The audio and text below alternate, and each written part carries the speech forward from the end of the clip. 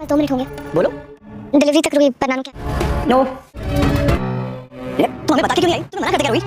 सबके साथ time spend करो और ये चीनी से भरी चॉकलेट छोड़ के बाद चुपचाप मेरे साथ बात। तो मैं यहाँ से वापस नहीं जाने वाली। ये रिश्ता क्या कहलाता है कि आने वाले एपिसोड में आप लोग देखने वाले हैं कि दोस्तों दरअसल रूही बीनानू के यहाँ जाना चाहती है और अबीरा को कहती है तुम अरमान से बात करो। अरमान से अबीरा आकर कहती है कि दरअसल कुछ दिन के लिए डिलीवरी तक बीनानू के यहाँ रूही रहना चाहती है, क्या तुम इस बात पर एग्री हो? तो अरमान कहता है नहीं, वो नहीं जा सकती, नो कर देता है। तो रूही थोड़ा गुस्से में आती है। तो ये बात सुनकर रात के टाइम बीनानू के यहाँ बिना बताए चली जाती है।